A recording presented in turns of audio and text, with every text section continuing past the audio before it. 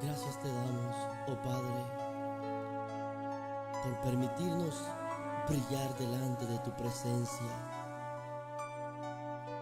a través de la maravillosa gracia que Jesucristo nos da. Espíritu Santo, con tu Espíritu... Dios les bendiga, nuevamente nos da gusto saludarlos, recibirlos y darles la bienvenida a la primera iglesia cristiana bautista de Tehuantepec, en el estado de Oaxaca, ubicados en el barrio Santa María. Nos da mucha alegría contar con su presencia, contar con su sintonía a través de este medio de red social que es el Facebook. Bendecimos al Señor en esta mañana, es el último domingo ya de agosto. Llevamos abril, mayo, junio, julio, 5 meses sin poder reunirnos y haber cancelado otras actividades también de manera secular. Pero la palabra del Señor se sigue predicando, se sigue proclamando. Gracias a Dios, las cosas han estado mejorando en muchos sentidos desde el punto de vista sanitario, por lo menos.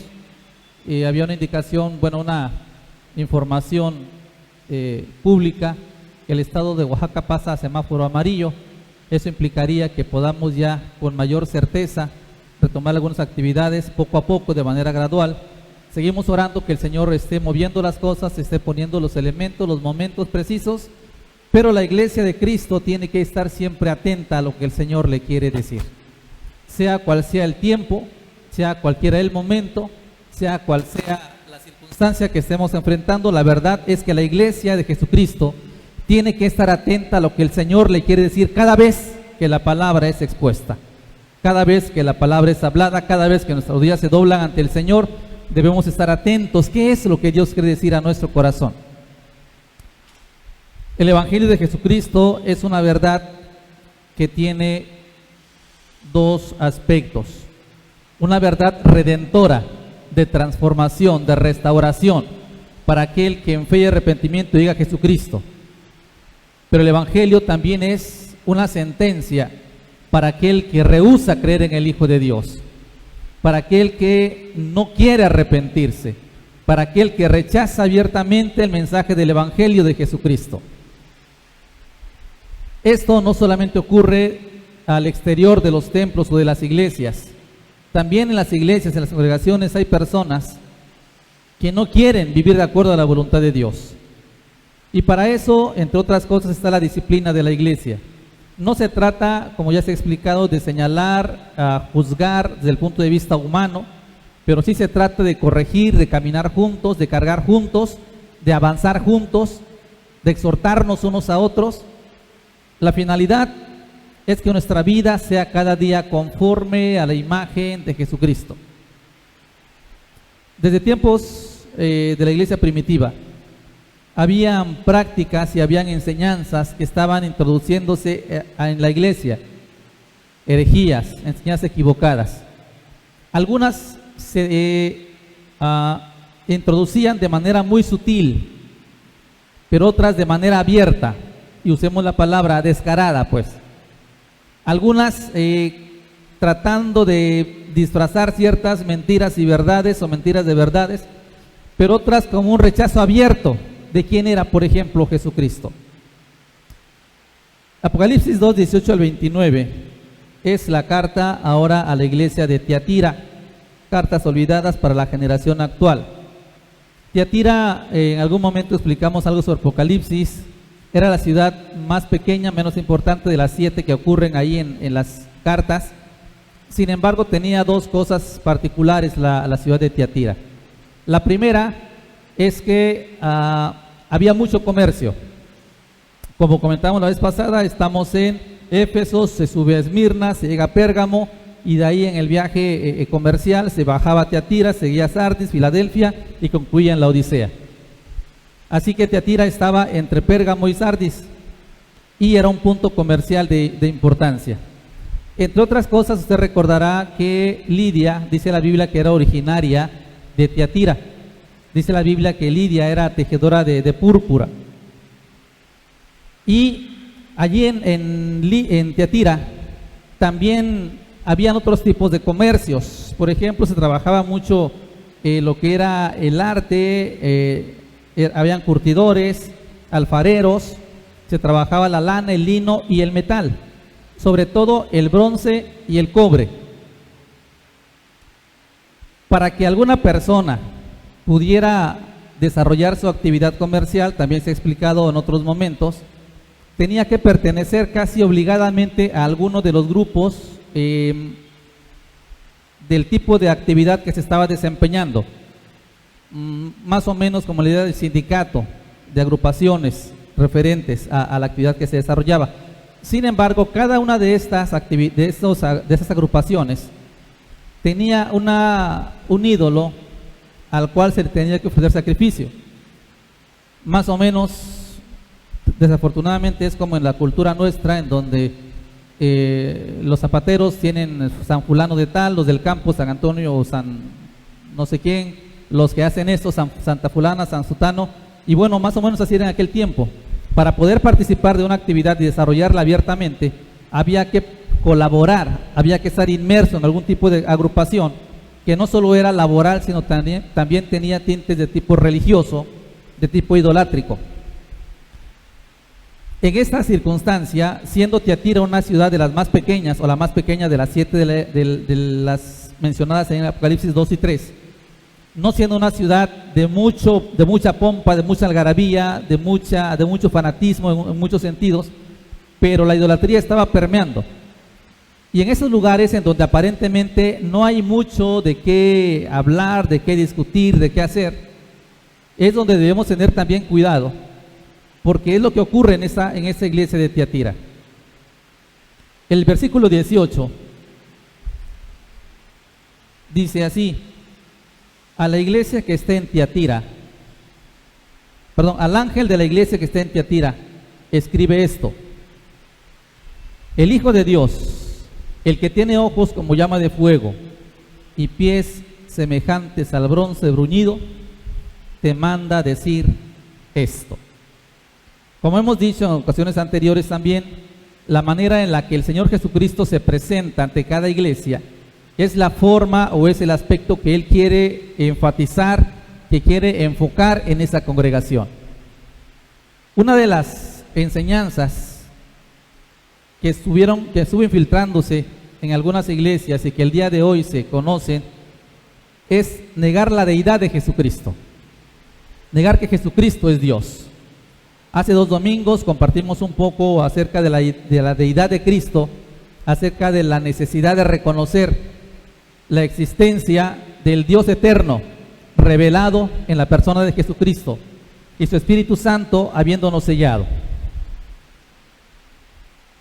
En la iglesia de Tiatira habían ya algunas ideas y algunas enseñanzas respecto a que Jesucristo no era hijo de Dios, a que Jesucristo era sencillamente, por un lado, un humano, un maestro como otros más, y ahí no pasaba. Por otro lado, otros decían, bueno, si es hijo de Dios y se hizo humano, como la carne es pecaminosa, entonces no pueden decir que Jesucristo es sin pecado y es perfecto. Negaban entonces la deidad de Cristo, la pureza de Cristo, la divinidad de Cristo, y obviamente se estaba negando en un sentido general que Jesucristo fuera la imagen de la gloria de Dios. La Biblia enseña que cada uno de nosotros fuimos creados a imagen de Dios, pero solo Cristo es la imagen del Dios invisible. Por eso cuando Jesucristo se revela, se presenta a esta iglesia, le dice a Juan también escribe una carta al ángel de la iglesia en Tiatira y comiénzala así: el Hijo de Dios, el que tiene ojos como llama de fuego y pies semejantes al bronce bruñido, te manda este mensaje. Cada una de las introducciones a las cartas es una característica de Jesús indicada al principio. Sin embargo, en la visión que tiene Juan al principio, en capítulo 1, no aparece literalmente Hijo de Dios. Aparece la expresión parecido a uno, en el versículo 13 del capítulo 1 dice, al Hijo del Hombre, por la visión de Daniel. No perdamos de vista que Apocalipsis tiene mucha referencia a las profecías del Antiguo Testamento, y entre ellas particularmente las profecías de Daniel en relación a las visiones apocalípticas o proféticas de este siervo del Señor. Hay un mensaje que la iglesia de Tiatira necesita escuchar, necesita atender y atender sin demora. No hay mañana para tomar alguna determinación. La presentación, dijimos, de Jesucristo como el Hijo de Dios, probablemente implicaba ya que algunas personas judías o judaizantes negaban la divinidad de Jesucristo.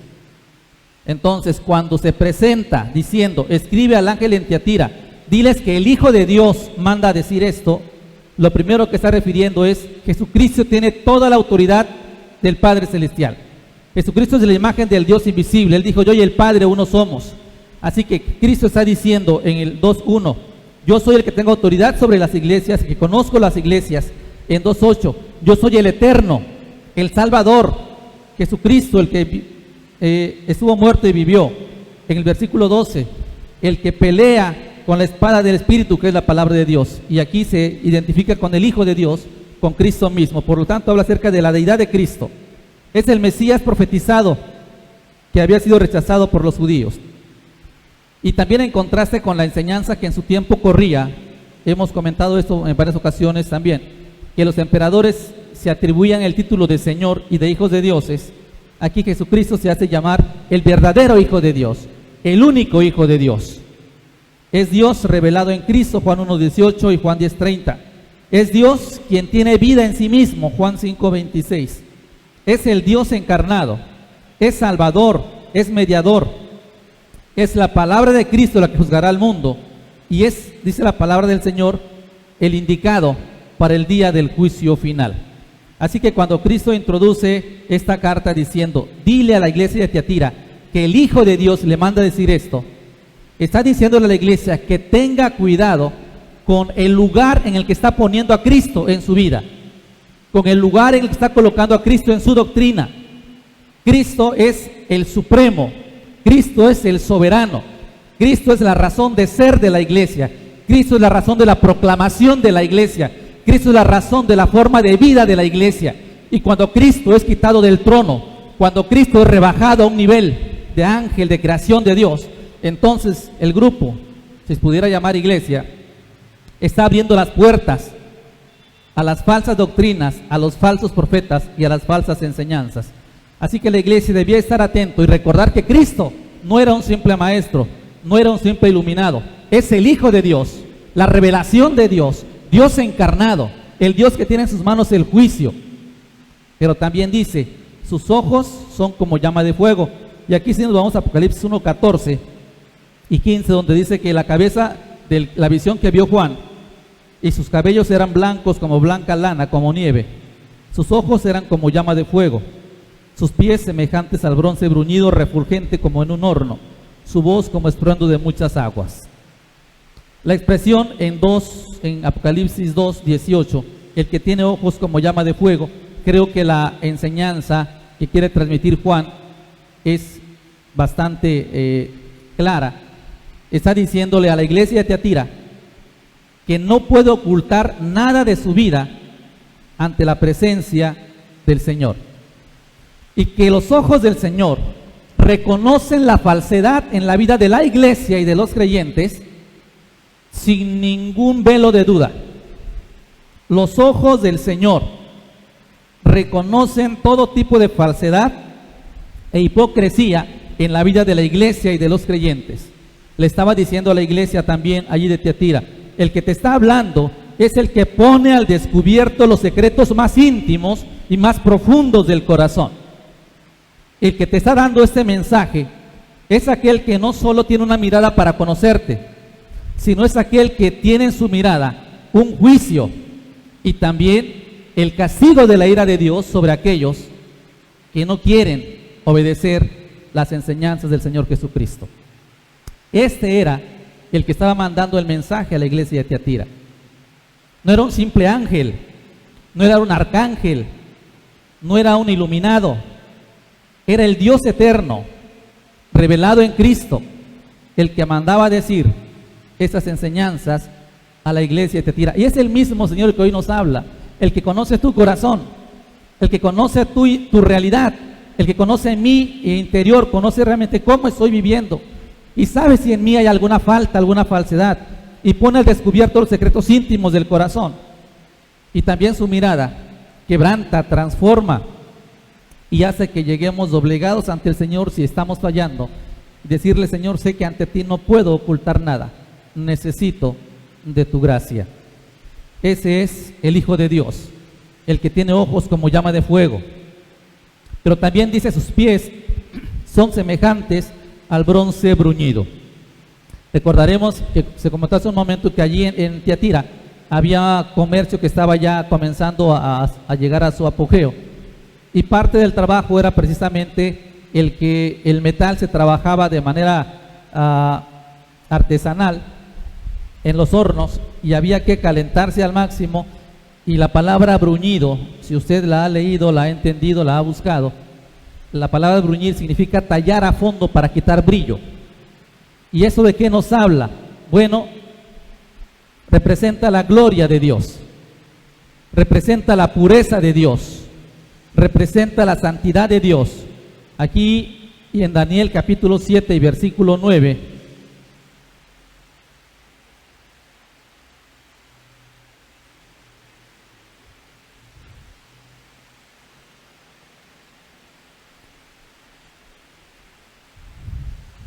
dice, bueno, es referencia al versículo anterior: se sentó un anciano de días cuyo vestido era blanco como la nieve y el pelo de su cabeza como lana limpia. Su trono era como llama de fuego y las ruedas del mismo eran como fuego ardiente. La referencia era al punto anterior acerca de los ojos como llama de fuego. En Daniel 10:6 dice la palabra de Dios en esa otra visión de Daniel: su cuerpo era como de berilo, su rostro parecía un relámpago, sus ojos como antorchas de fuego, sus brazos y sus pies de color de bronce bruñido, y el sonido de sus palabras como el estruendo de una multitud. Por eso no perdamos de vista, dije hace un momento, la visión profética de Daniel, que se aplicaba al anciano de días en muchas ocasiones y al Hijo del Hombre en otras, y que hacen referencia directa a Jesucristo como el Hijo de Dios, como el Dios mismo y como el Cordero de Dios que quita el pecado del mundo. El bronce bruñido entonces representa, dijimos, la gloria de Dios, la pureza de Dios, la santidad de Dios, pero también representa el poder de Dios y representa la victoria de Dios sobre los enemigos. Y en las visiones de Daniel, en Daniel capítulo 2, versículos 32 al 33, es cuando Daniel no solo interpretó, sino que Dios le reveló el sueño de Nabucodonosor. O sea, Nabucodonosor no se acordaba cuál era su sueño, no se acordaba qué había soñado. Y entonces Daniel, por la gracia del Señor, retoma el sueño y descifra el sueño. Pero en el versículo 32, en esa visión que tuvo Nabucodonosor, dice: la cabeza de la estatua de la imagen era de oro fino, su pecho y sus brazos de plata, su vientre y sus muslos de bronce, sus piernas de hierro. Luego dice: sus pies en parte de hierro y en parte de barro cocido. En Daniel, allí mismo 2 del 38 al 41 dice, refiriéndose a la interpretación del sueño al final: tú eres aquella cabeza de oro, refiriéndose a Nabucodonosor. Después de ti vendrá otro reino inferior al tuyo, y luego un tercer reino de bronce, el cual dominará sobre toda la tierra. El cuarto reino será fuerte como hierro desmenuza y rompe todas las cosas, desmenuzará y quebrantará todo.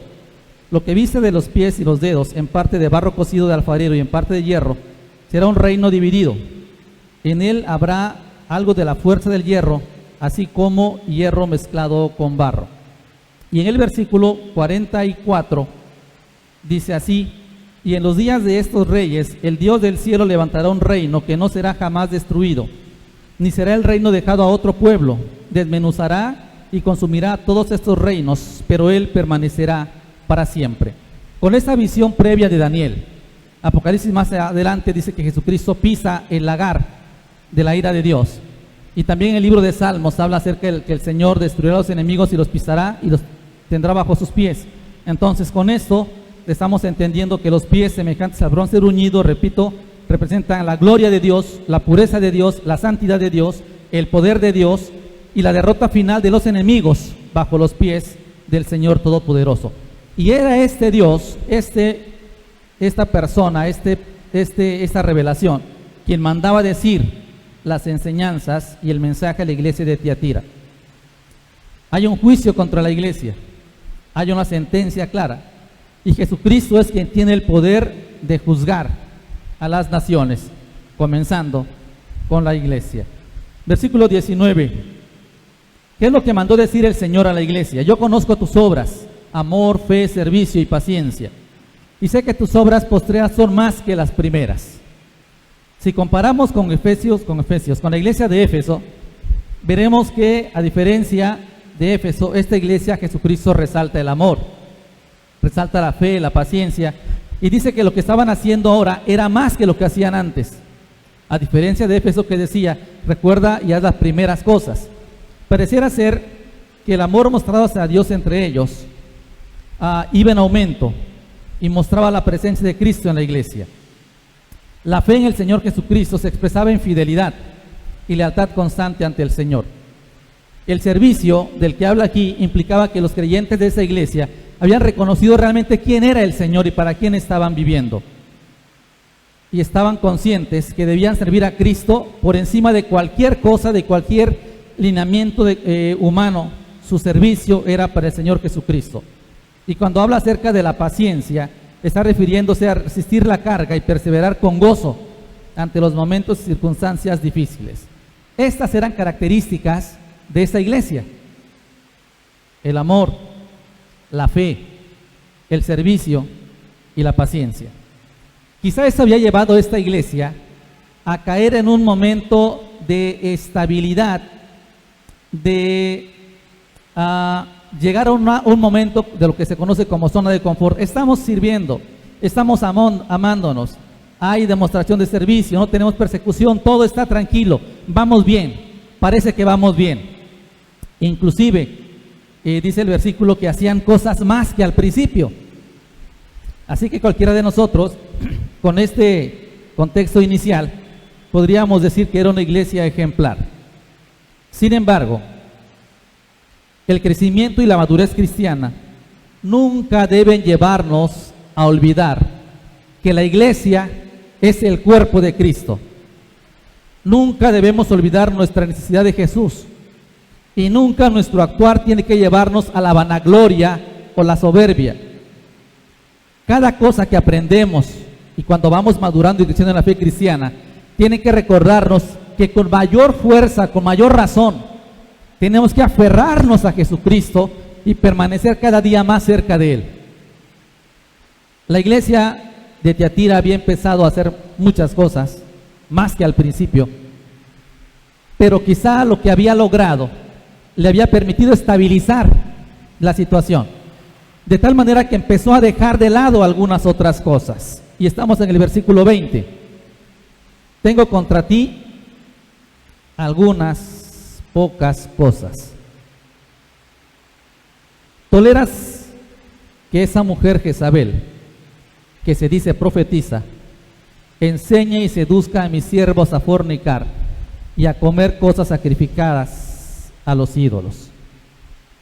Una de las palabras que está en boga hoy en la sociedad es la palabra tolerancia. Y de repente, cuando los cristianos evangélicos señalamos el pecado, llámese alcoholismo, llámese idolatría, llámese enseñanza falsa, llámese falsos apóstoles, llámese homosexualidad, lesbianismo, se nos tacha, se nos considera como intolerantes. Estamos aclarando y queremos recordar que no somos una iglesia cristiana que rechaza a las personas. Jesucristo nunca las rechazó. No somos personas, no somos una iglesia que señala y condena a la persona. No somos nadie para condenar. No somos intolerantes en el sentido de decir lo que la palabra de Dios enseña. Aceptamos que somos una iglesia que vive en una sociedad con valores distintos, entendemos como un principio bíblico de las iglesias bautistas la libertad de conciencia. Es decir, la persona, si no quiere creer en Cristo, si su decisión es no vivir para Cristo, debe estar consciente de las consecuencias de ese tipo de vida. Pero no dejamos como iglesia de señalar, como Cristo lo hizo, el pecado. A veces se habla de Cristo solamente como amor. Él aceptaba a todos, dicen las personas, ¿cierto? Pero si vamos a los evangelios, vemos que al leproso lo tocó, lo sanó y le dijo: ve al templo y haz lo que tienes que hacer. A la mujer adúltera la tocó, la perdonó y le dijo: vete y no peques más. A Zaqueo, aquella persona que había sido corrupta en la sociedad, en el trabajo que tenía, fue transformado ese hombre y dijo: ¿qué tengo que hacer? Voy a corregir lo que en mí está mal, y si a alguien defraudé, se lo voy a regresar cuadruplicado, dijo Zaqueo. La enseñanza de Cristo entonces no es de una tolerancia en el sentido de haz lo que quieras, que al fin de cuentas te amo. No, ese no es el Cristo de la Biblia. Ese no es el Cristo que estamos viendo a través de las Escrituras. Si es un Cristo, repito, de amor, perdonador, y es lo que estamos viendo precisamente en este momento. Pero cuando la iglesia empieza a consentir enseñanzas falsas, equivocadas, estilos de vida pecaminosos, sabiendo perfectamente que es algo que Dios aborrece, en ese momento viene una reprensión contra la iglesia de Cristo.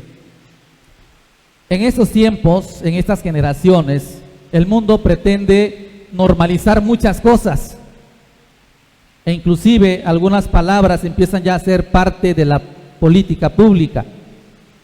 No estamos en contra de los gobiernos, no. Hay unas frases que se utilizan como nueva normalidad, y eso también se ha utilizado en el aspecto de la ideología de género, la nueva normalidad de los géneros. Parece ser que algunas palabras quieren que se empiecen a ver como normales. Se habla acerca de un nuevo orden, y en la Biblia encontramos enseñanzas que hablan acerca de un nuevo orden mundial, de las cosas que van canalizándose hacia allá. Parece ser que lo que está pasando está preparando el camino para todo lo que viene. Y es por esa razón, más que nunca ahora, que la iglesia debe saber en quién ha creído, quién es Cristo en su vida, a quién está dispuesta a servir y no tolerar el pecado. Se está hablando en la escuela dominical sobre la disciplina de la iglesia, y el énfasis es: no se trata de culpar a la persona, se trata de decirle: esa no es la forma de vivir de acuerdo a Cristo, vamos a caminar juntos, vamos a ayudarte a caminar juntos en la fe cristiana. Pero esa iglesia que hacía muchas cosas, que hacía cosas más que antes, y que en el nombre del amor aceptaba doctrinas equivocadas, formas de vida contrarias a la palabra de Dios, fue señalada por esto: toleras el pecado, consientes la maldad que está siendo enseñada abiertamente y que sabes que es contraria a la voluntad de Dios, contraria a la santidad de Cristo, y que piensas que no habrá consecuencias por eso. Esa mujer que se llama Jezabel es tolerada en la iglesia. Entendemos también por el contexto, obviamente, que no era la Jezabel física del Antiguo Testamento. Si usted ha leído el libro de los Reyes, recordará que Jezabel fue la esposa del rey Acab. Hay pasajes que tomamos como referencia inmediata en esta mañana, y estamos en 1 de Reyes capítulo 16, versículos 31 al 33.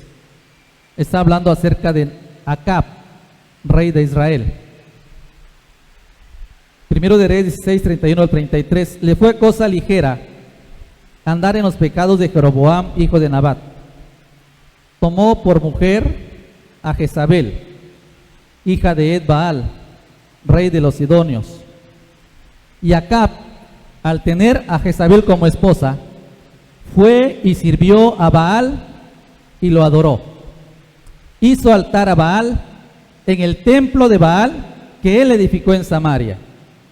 Hizo también Acab una imagen de acera, haciendo así Acab más que todos los reyes de Israel que reinaron antes que él, para provocar la ira del Dios de Israel. Esta era la Jezabel, esposa de Acab. Era una mujer dominadora. En 1 de Reyes 18:19, y cuando Elías habla con los mensajeros de Acab, les dice: envía pues ahora y congrégame a todo Israel en el monte Carmelo, y a los 450 profetas de Baal, y a los 450 profetas de Acera, que comen de la mesa de Jezabel. Jezabel no solo había inclinado el corazón de Acab hacia la idolatría, había dado autoridad a esos profetas, proveía para ellos. Ella era la que tenía la autoridad prácticamente en el reinado de Israel. Era una mujer dominadora que llevó a Acab a la adoración a Baal. Allí mismo en 1 de Reyes 21:25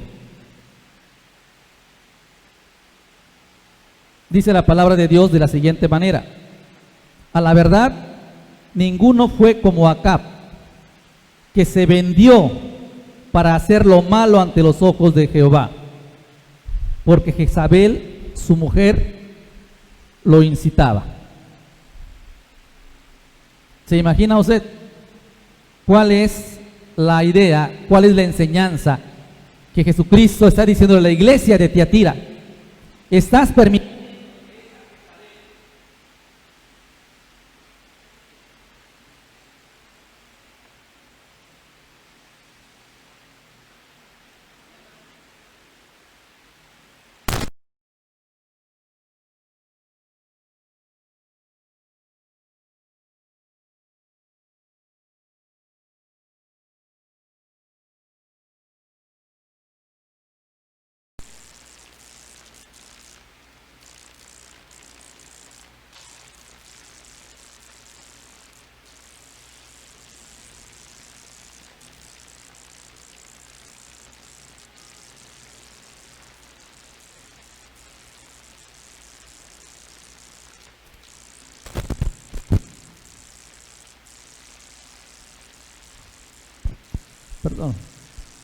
estás permitiendo que esa Jezabel, que se dice profetiza, dice la palabra de Dios,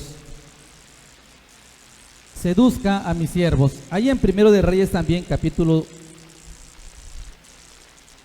19, versículos 1 y 2, dice: después que habían muerto los profetas de Baal y de Acera, Acab dio a Jezabel la noticia de todo lo que Elías había hecho y de cómo había matado a espada a todos los profetas. Entonces envió Jezabel a Elías un mensajero diciendo: así me hagan los dioses y aún me añadan, si mañana a estas horas no he puesto tu persona como la de uno de ellos. Era una opositora abierta al mensaje de Jesucristo, y su enseñanza idolátrica empezó a formar parte de la vida cotidiana de Israel. Y la iglesia de Tiatira, a pesar de hacer muchas cosas de manera correcta, el amor lo había equivocado y había permitido que se filtraran una serie de enseñanzas contrarias a la palabra de Dios. Y cuando aquí pone de ejemplo a Jezabel, esa mujer Jezabel, está hablando muy probablemente de una mujer que en realidad existió, o de un grupo de personas que la tenían a ella como profetisa en la iglesia. Inclusive algunos autores llegan a decir, algunos intérpretes del Apocalipsis llegan a decir que se refería probablemente a la esposa del pastor de esa iglesia, haciendo la comparación con Acab, rey de Israel. Esa mujer reclama y es reconocida como profetisa. Y la iglesia de Tiatira no usó discernimiento, no aplicó la sabiduría de Dios para poner un alto a ese tipo de cosas, como lo hizo, por ejemplo, la iglesia de Éfeso en 2:2. Dice: no puedes soportar a los malos, probaste a los falsos apóstoles y los hallaste mentirosos. En 2:9 dice: a la iglesia de Esmirna el Señor: conoce la blasfemia de los que son judíos y no lo son, sino sinagoga de Satanás. Y el Señor también conocía eso que la iglesia había hecho.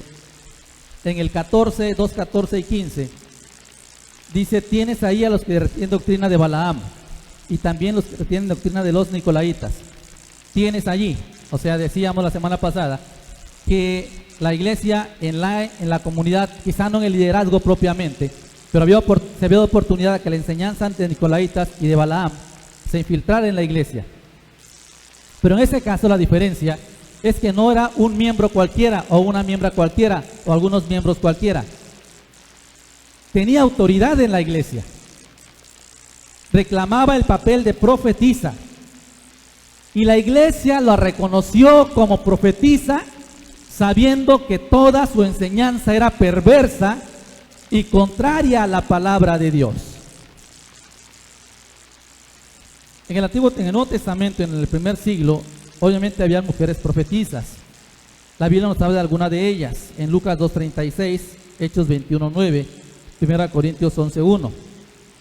La razón de la profecía en el primer siglo es que no se tenía el canon bíblico, no se tenían las cartas de Pablo estructuradas como tal, y el Apocalipsis todavía se estaba escribiendo. Por esa razón, en las iglesias el Señor permitía que hubieran profetas, profetisas, para guiar en la enseñanza bíblica. Un profeta no era necesariamente aquel que predecía el futuro, aunque a veces lo implicaba. Era aquel que decía al pueblo lo que Dios quería que el pueblo supiera y escuchara. Una vez que el canon bíblico se cierra, que tenemos la escritura, la revelación está escrita aquí. Y en los últimos versículos de Apocalipsis, la Biblia habla de la maldición que cae sobre todo aquel que le añade a esta profecía o que le quita a esta profecía. Entonces, en el primer siglo, una profetisa había sido de bendición para la iglesia. Había sido reconocido a la enseñanza de algunas de ellas en las iglesias o en las familias con sus esposos. Sin embargo, en este caso, era triste y hasta vergonzoso que la iglesia no se diera cuenta que esa enseñanza de esta falsa profeta no era de Dios. Y habrán ustedes visto, tristemente, a manera casi de burla, se suben algunos memes y algunos videos, donde algunas profetisas actuales dicen que ponen su billete en el oído y dicen: este billete me está diciendo algo. Y esta supuesta profetisa dice: aquí Dios me reveló que solamente vengan los que tienen $1,000, y aquí los de 500, y si tienes diamantes o oro, también tráelo para acá. Dios me está revelando. Cuando se pierde el patrón bíblico de la autoridad en la iglesia, el autoridad de la familia, del varón, aunque a la sociedad no le gusta lo que la palabra de Dios enseña, la Biblia enseña que la autoridad en la iglesia es del pastor, del varón, del liderazgo del varón. Y en la familia Dios puso como cabeza al varón. No se trata de que la mujer sea sometida, obligada, considerada como menospreciada. No se trata de eso. La Biblia jamás enseña eso. Es más, en la Biblia encontramos que Jesús a la mujer samaritana habla con ella, la trata como alguien de dignidad, aunque había sido por muchos considerada como una mujer de la calle. A la mujer de Juan 8 también la levanta. A la mujer allá que toca el manto de Jesús y que la sana. Jesús le dio a la mujer la dignidad que no tenía en su sociedad. Pero en la soberanía del Señor, Él estableció un orden. Y cuando ese orden se pervierte, se da lugar a muchas cosas en las iglesias. Si ya permitimos que el pastorado sea en un momento quebrantado en la enseñanza bíblica respecto a quién debe ser pastor, o que no debe ser una pastora, que es lo que queremos los bautistas en general. Si ya dimos puerta abierta a lo que la Biblia dice no y decimos que sí, al rato, ¿qué impide que una persona que no está bien delante de Dios también lo pueda hacer? Hoy día se habla de derechos humanos y demás, y se habla de un derecho que la mujer tiene de ejercer. Y la Biblia no niega el ejercicio ministerial de la esposa, de la mujer en general, pero una autoridad de liderazgo que el Señor enfatizó, puso en la iglesia. Y el apóstol Pablo lo dice así: Dios como el Padre, Cristo como el Hijo, el varón y la mujer. Cristo no es menor al Padre en cuanto a eternidad, es el mismo Padre. Pero Dios Padre y Dios el Hijo, Dios el Espíritu Santo, tienen la misma esencia de Dios. Cuando estamos hablando del matrimonio, por ejemplo, el varón no es más que la mujer, ni delante de Dios ni en la actividad propia del hogar. Porque Pablo dice delante de la salvación, en cuanto a la salvación, no hay judío ni libre, mujer, hombre, todos somos iguales en Cristo. Sin embargo, la autoridad Dios la estableció. Y así como nos manda a sujetarnos a autoridades civiles, también hay una autoridad en el hogar que el Señor Jesucristo estableció. Cuando esto se pervierte, se quita, entonces se toman decisiones equivocadas y se permiten enseñanzas, personas en el liderazgo que no solo guiaban, sino que extraviaban al cuerpo de Cristo. Dice la palabra de Dios, esa mujer que se dice profetisa porque no era profetisa, pero la iglesia la estaba reconociendo como tal, fuera de toda enseñanza bíblica, dice, permitieron que esa mujer enseñe y seduzca a mis siervos a fornicar y comer cosas sacrificadas a los ídolos. Veíamos a Jezabel en el Antiguo Testamento, lo mismo que hacía con Acab y con Israel, estaba ocurriendo en la iglesia de Tiatira. Abiertamente rechazaba a Jesucristo y los apóstoles. Enseñaba que no era malo fornicar ni espiritual ni físicamente. Enseñaba que no había ningún problema en mezclarse con el pecado, con las tinieblas. Enseñaba que no era malo reunirse y practicar con los ídolos y participar de los demonios. Que eso era parte de la naturaleza y de la comunidad, de la sociedad. Por lo tanto, no hay que limitarse en eso, decía Jezabel, o esta profetisa, o este grupo de profetisas, y esta enseñanza de la iglesia de Tiatira. No era una falsa enseñanza que entraba de manera sutil, sino dijimos era de manera abierta, con el consentimiento e inclusive beneplácito de la iglesia. Versículo 21. Le he dado tiempo para que se arrepienta, pero no quiere arrepentirse de su fornicación. El rechazo de esta invitación que Cristo hace a las iglesias a arrepentirse resulta en una sentencia de condenación hacia Jezabel. Recordamos que el capítulo 2, versículo 5 dice, recuerda de dónde caíste y arrepiéntete. En 2:16 dice, por tanto arrepiéntete. Pero en 2:21 dice, le he dado tiempo de arrepentirse y no quiere arrepentirse de su pecado. Como el Señor está diciendo aquí que le he dado tiempo, entonces podemos entender que había habido un tiempo previo a la escritura de la carta en la cual se había estado enseñando por parte de algunos creyentes de la iglesia, algún liderazgo en la iglesia, y se le estaba diciendo a esas personas, a esas mujeres o a esa mujer, que era necesario venir a Cristo. Por eso, en la predicación de la palabra de Dios, siempre se requiere advertir sobre el peligro del pecado y la rebelión. Como Pablo dijo a Timoteo en 2 Timoteo capítulo 4, versículos 1 al 5. Te encarezco delante de Dios y del Señor Jesucristo, que juzgará a vivos y muertos cuando se manifieste en su reino.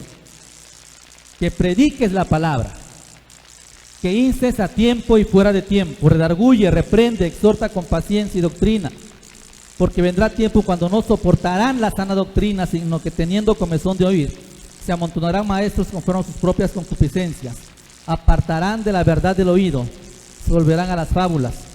Pero tú sé sobrio en todo, soporta las aflicciones, haz obra de evangelista, cumple tu ministerio. Entonces, en la iglesia de Cristo, en la predicación de la palabra de Dios, siempre será necesario advertir respecto al peligro del pecado y la rebelión, a tiempo y fuera de tiempo. Ezequiel 18:32 dice, porque el Señor no quiere la muerte del impío. Pero Nahum 1:3 dice, porque Dios no dará por inocente al culpable. Esta persistencia en el pecado, versículo 22, tiene consecuencias terribles. Dice, aquí yo la arrojo en cama, y en gran tribulación a los que con ella adulteran, si no se arrepienten de las obras que hace ella. La arrojo en cama puede entenderse de varias maneras, una de ellas como una enfermedad literal, sobre las personas que no querían arrepentirse. Pero también puede referirse, en ese caso, una vez que dice que ella no quiere arrepentirse, puede también tener una connotación de la perdición eterna, la condenación eterna, tanto la muerte física como espiritual. Cuando venimos a Cristo, la Biblia nos habla acerca de arrepentimiento hacia Dios y la fe en Jesucristo. Pero si no hay arrepentimiento y no hay fe en Cristo, no se le reconoce como el Hijo de Dios, el Salvador del mundo, el Dios verdadero, no hay forma de ser salvo. Por lo tanto, cuando aquí dice el arrojo en cama, puede también, no es una cama para dormir. Aquí la idea de cama es una cama donde se acostaban a los que ya estaban a punto de morir, a las personas enfermas, y que a veces les tenía que llevar a través de esas camas para movilizarlos. Entonces tiene la idea, tiene la enseñanza de una condenación, de una sentencia física probablemente, pero también espiritual. La muerte física y la muerte espiritual. Y en el sentido de la figura que emplea Juan, la fornicación, si se daba, por así decirlo, en una cama que era usado para pecar, eso mismo que le sirvió para pecar, iba a ser su condenación. Aquello que le dio placer era lo mismo que ahora lo condenaba. Y por eso la iglesia tiene que estar atenta a eso. No podemos, en los creyentes en Cristo que tenemos el Espíritu Santo de Dios, ceder al pecado, abrir la puerta al pecado, deleitarnos en el pecado, porque ese deleite temporal será lo mismo que llevará a la perdición y destrucción de la vida de la persona. Esa mujer, dice la Biblia, se le dio tiempo para arrepentirse, pero no quiere arrepentirse. Por lo tanto, Dios, el Señor Jesucristo, tendrá que actuar con alguna situación difícil sobre ella, contra ella, y si no hay arrepentimiento, la condenación eterna. Yo la arrojo en cama y en gran tribulación a los que con ella adulteran. Algunos consideran que es el mismo tipo de sentencia para la mujer y para con ella adultera. Otros consideran que los que con ella adulteran se refiere a gran tribulación, no a la gran tribulación de la escatológica, sino a momentos de aflicción, para ver si cuando ellos vean lo que ocurre con Jezabel, ellos, los que adulteraron con ella, deciden arrepentirse. Dice, si no se arrepienten de las obras de ella. Es decir, al parecer, a esos que adulteraron con ella se les daba oportunidad de arrepentirse. A ella se le dio y no lo quiso, y a estos que estaban con ella se les da oportunidad de arrepentirse. ¿Quiénes son los que con ella adulteran? Puede ser físicamente, pero también se puede referir o se refiere a aquellos que habían decidido seguir sus falsas enseñanzas y vivir en rebelión contra Dios, sabiendo quién era Jesucristo. Pero les parecía más llamativo aquello, les parecía más atractiva aquella forma de enseñanza cristiana, les parecía más relax, dicen los chicos, más light, aquella forma. ¿Por qué sujetarnos tanto a Jesucristo si ella también enseña lo de Jesucristo? Ella también habla de Dios, ella también habla de la salvación, ella también habla del pecado. Y a ellos se refiere la palabra de Dios como los que con ella adulteran. El versículo 23 dice, a sus hijos heriré de muerte. Entonces está la mujer Jezabel, los que adulteran con ella, y además a sus hijos dice heriré de muerte. En ese caso, la palabra de Dios no está diciendo que el hijo pagará por culpa de la madre. No, la idea aquí de la expresión a sus hijos se refiere a aquellos que han sido criados por ella, pero que a su vez han decidido seguir el ejemplo de ella, que han decidido imitarla a ella, que aun cuando saben que se le dio oportunidad de arrepentirse y ella no quiso, ellos siguen con ella, siguen esa misma actitud. Están dispuestos a obedecer ciegamente y seguir el mismo camino, por así decirlo, de su madre. Esa generación que a pesar de haber sabido de que Jezabel, en este caso Jezabel, tuvo oportunidad de arrepentirse y que supieron que no se arrepintió, ellos continúan con el mismo estilo de vida y la misma actitud de rechazo y rebelión contra Cristo.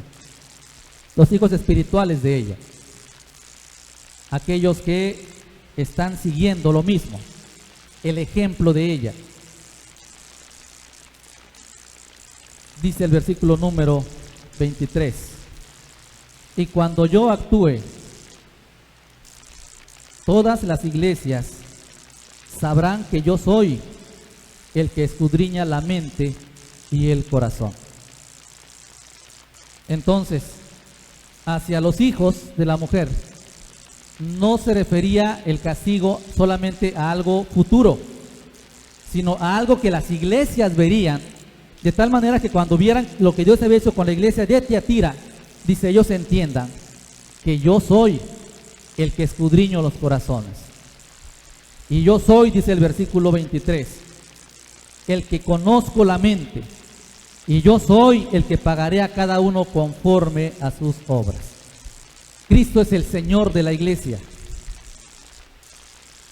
No es una opinión la que debes tener de Cristo. No es una idea la que debes tener de Cristo. Es la persona de Cristo en tu vida, a la cual tú tienes que aprender a seguir cuando llegaste por primera vez en arrepentimiento y fe. Las iglesias de alrededor. Recordemos que Tiatira estaba entre Pérgamo y Sardis. Así que en el contexto de la carta es que todos los que pasaran por ahí iban a saber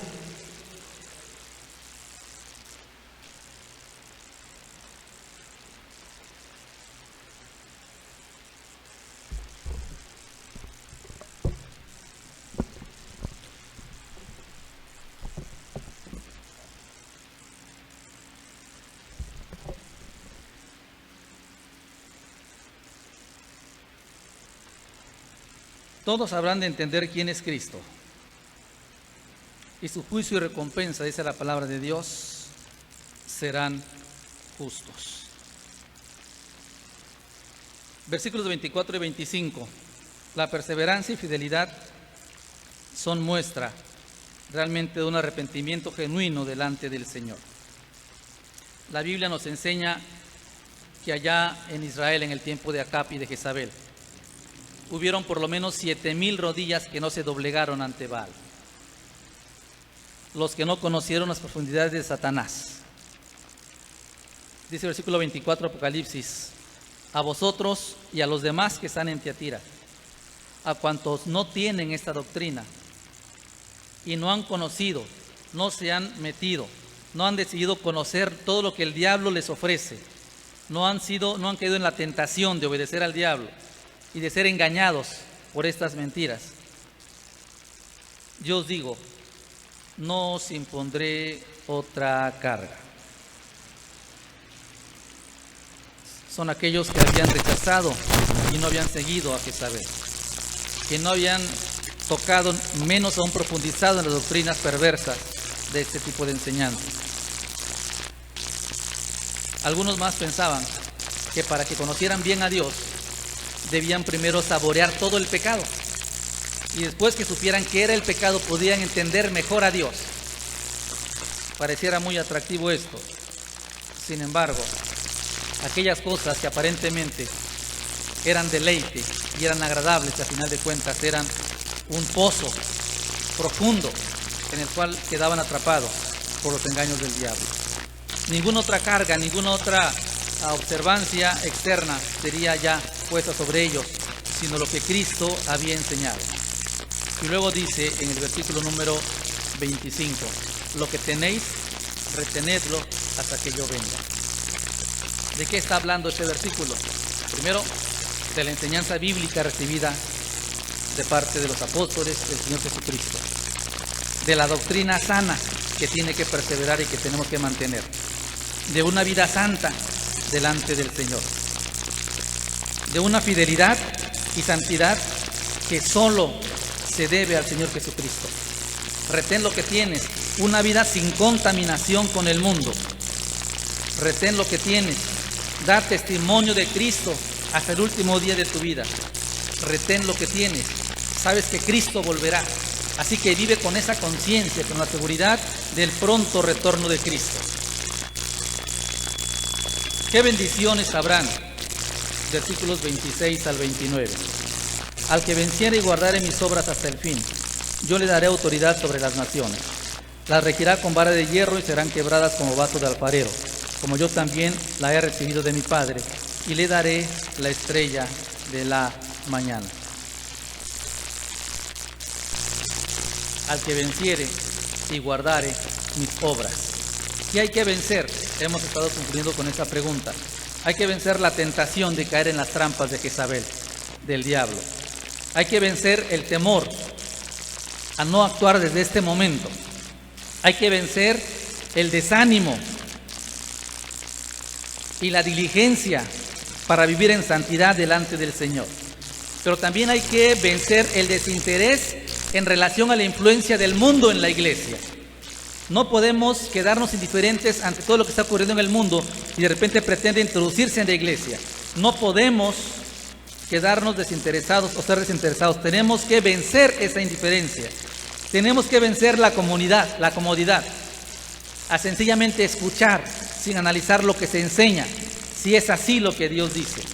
Tenemos que vencer el miedo en un momento a ser señalado o excluido por no participar en las obras infructuosas de las tinieblas. Tenemos que vencer la ambigüedad en nuestra vida cristiana. Tenemos que decir, sí, soy de Cristo, vivo para Cristo, Él es mi Señor, le pertenezco a Él. Tenemos que vencer también la indiferencia de las atracciones de este mundo, en lugar de estar viendo a Jesucristo y su segunda venida, al que venciere y guardare mis obras hasta el fin. Nuevamente estamos hablando acerca de la perseverancia, no como requisito, sino como evidencia de aquel que ha sido salvo por la gracia de Cristo. Porque no permanecemos por nuestra fuerza, sino porque reconocemos quién es Cristo. Así empezó la carta. Si no reconoces quién es Cristo, vas a permitir todo lo demás. Pero si reconoces quién es Cristo, perseverarás hasta el final. ¿Qué voy a recibir? Autoridad sobre las naciones.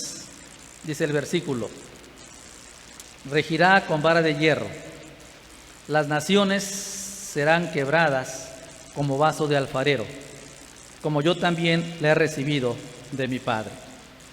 Esta enseñanza quizá para nosotros no tenga mucho atractivo en un sentido. ¿Pero de qué está hablando ese pasaje? Bueno, primero que nada es un cumplimiento de las profecías mesiánicas del Salmo 2, 8 y 9. En Jesucristo ese cumplimiento ya se dio. Jesucristo es el Hijo de Dios profetizado. Cristo es el cumplimiento de la profecía. Así que nuevamente recordamos, reconocemos y reportamos que Cristo es el Hijo de Dios que vino a morir, a vivir entre nosotros y a morir entre nosotros. Es un cumplimiento ya profético.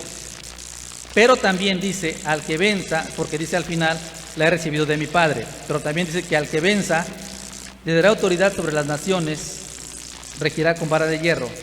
Estos elementos nos hacen una referencia directa tanto al reino milenial como al reino futuro y eterno de Cristo. ¿Por qué? Allá en Apocalipsis 1:2 dice, nos hizo para Dios reyes y sacerdotes. En Apocalipsis 3:21 dice, al que venciere le daré que se siente conmigo en mi trono, así como yo he vencido y me he sentado con mi Padre en su trono. En Apocalipsis 19:15 dice que de su boca saldrá una espada aguda, hablando acerca de Jesucristo. Él le regirá con vara de hierro, y él pisa el lagar del vino del furor y de la ira del Dios Todopoderoso. En Apocalipsis 24 dice, vi tronos y se sentaron sobre ellos los que recibieron facultad de juzgar. Vi las almas de los decapitados por causa del testimonio de Jesús y por la palabra de Dios, los que no habían adorado a la bestia ni a su imagen, y no recibieron la marca en sus frentes ni en sus manos, y vivieron y reinaron con Cristo 1000 años. Pero también en Apocalipsis, versículo 6 dice, bienaventurado y santo el que tiene parte en la primera resurrección. La segunda muerte no tiene potestad sobre estos, sino que serán sacerdotes de Dios y de Cristo y reinarán con Él 1000 años. Y en Apocalipsis 21:1, la referencia a la eternidad. Vi un cielo nuevo y una tierra nueva, porque el primer cielo y la primera tierra pasaron, y el mar ya no existía más. Si cada una de estas cosas nos hablan acerca de la eternidad de Cristo, de la autoridad de Cristo. Lo más hermoso que podemos nosotros disfrutar es la presencia de Cristo desde ahora y en la eternidad. Y al que venza reinará con Cristo en el milenio, y en la eternidad morará con el Señor para siempre. Y esa misma idea lleva el versículo 28, le daré la estrella de la mañana. En 22:16 se refiere a Jesucristo mismo, pero también en Daniel 12:3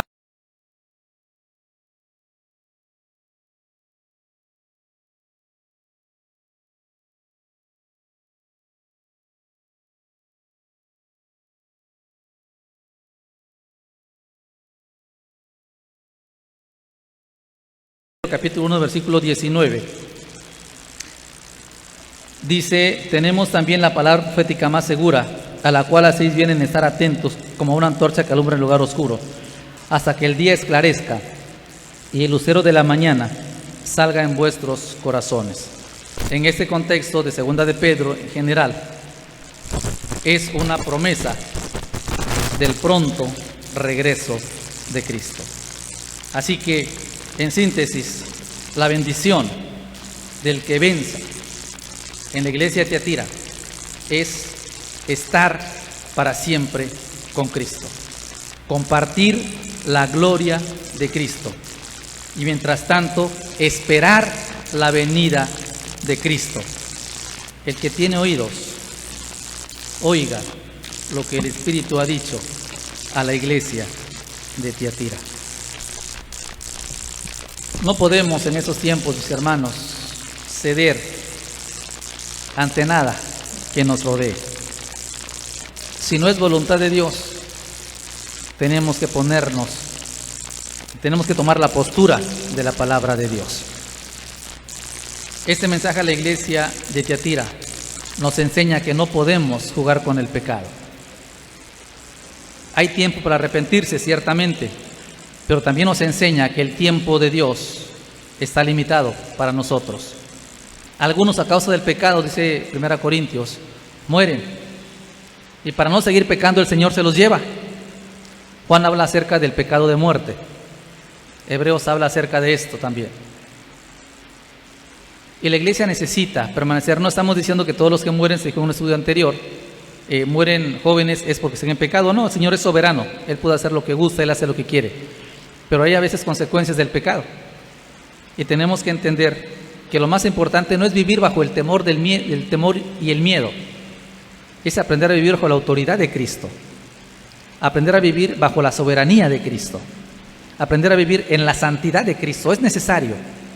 Se requiere en estos tiempos una iglesia fuerte, una iglesia firme, una iglesia santa, una iglesia conocedora de la palabra de Dios. Y eso queremos ser.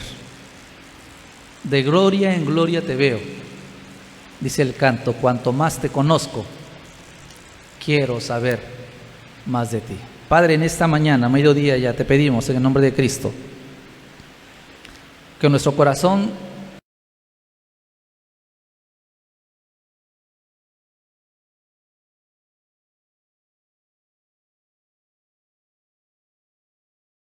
un juego, y la vida cristiana tampoco lo es. El deseo del corazón nuestro, Señor, es que cada miembro de esta iglesia pueda entender que no podemos estar engañándonos a nosotros mismos. Tu palabra dice: Dios no puede ser burlado, porque todo lo que el hombre siembra, eso también cosecha. Y Padre, en el nombre de Jesús, no vemos la victoria como algo imposible, no vemos la victoria como algo inalcanzable. Por el contrario, si reconocemos que Cristo es el Hijo de Dios y que en Él está la vida eterna, que Él ha vencido al mundo, que la victoria que vence al mundo es nuestra fe, que en el mundo habrá aflicción, pero que tú has vencido al mundo, y que tú eres la resurrección y la vida, y que tenemos a tu Espíritu Santo con nosotros morando, no es ni utópico, ni imposible, ni improbable. Es seguro que podemos vencer en el nombre de Jesucristo. Permite que tu iglesia, Señor, en esta hora pueda, si hay maldad en su vida, confesar qué es lo que tú conoces y que está oculto. Nuestra vida, nuestra iglesia necesita ser purificada. No podemos, Señor, seguir jugando a un cristianismo porque tú ves hasta lo más profundo. Tú conoces las intenciones y los pensamientos del corazón. Tú escudriñas la mente y el corazón. Tus ojos, Señor, conocen todo lo que somos, lo que pensamos. Y por eso, Padre, en el nombre de Jesús te pedimos que nos des sabiduría, autoridad, discernimiento, pero también gozo al saber, mi Dios, que tenemos segura la victoria en el nombre de Jesucristo. Gracias porque prometes que moraremos contigo por la eternidad. Gracias porque nos harás partícipes de la gloria eterna. Gracias porque podremos verte un día cara a cara y disfrutar, Señor, de tu presencia. Tú mismo estarás con nosotros para siempre. Permítenos entender esta verdad y disfrutar de saber, Señor, que somos tus hijos y que en el nombre tuyo somos más que vencedores por medio de aquel que nos amó. Te adoramos, Padre. Permítenos, pues, aprovechar este tiempo para vivir para ti. En tus manos nos ponemos en el nombre de Cristo Jesús. Amén. Mis hermanos, que el Señor los bendiga. Agradecemos a Dios por esa oportunidad que nos da el día de hoy de estar con ustedes. Y seguimos orando que el Señor nos permita vernos pronto. Por la tarde a las 6:30 estaremos en el devocional de alabanza y adoración. ¿Sí? Tenemos 6:30 devocional de alabanza y adoración. Estamos, recuerde usted, de 6:30 a 7:45 más o menos. Le invitamos para que en cuanto se conecte usted, que es a las 6:30, si gusta que algún canto se entone, escríbalo allí, porque a veces nos los marcan ya cuando estamos terminando la transmisión. Así que le invitamos a que temprano se conecte con nosotros, 6:30 de la tarde, y podamos comenzar en ese tiempo de alabanza delante del Señor. El día martes a las 7 de la noche tenemos también tarde de oración. Estamos vía Facebook y vía Zoom. Esperamos que sean ya los últimos días y pronto podamos vernos nuevamente de manera presencial. Los jueves estamos de 7:30 a 9:30 transmitiendo también enseñanza bíblica vía Zoom y vía Facebook. Los viernes a las 6 de la tarde enseñanzas bíblicas para niños y también los días sábados a las 6 de la tarde enseñanzas bíblicas para niños.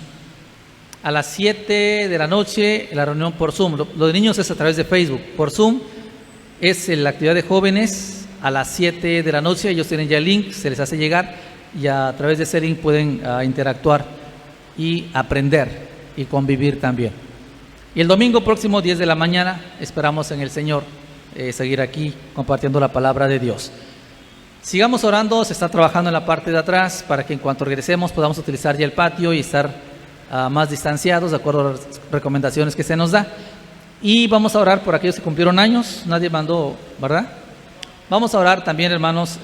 Algunos jóvenes esta semana empiezan actividades escolares. Otros empezaron la semana pasada. Vamos a orar por ellos también. Y vamos a pedir al Señor que Él nos guarde en lo que vamos a comenzar en este día.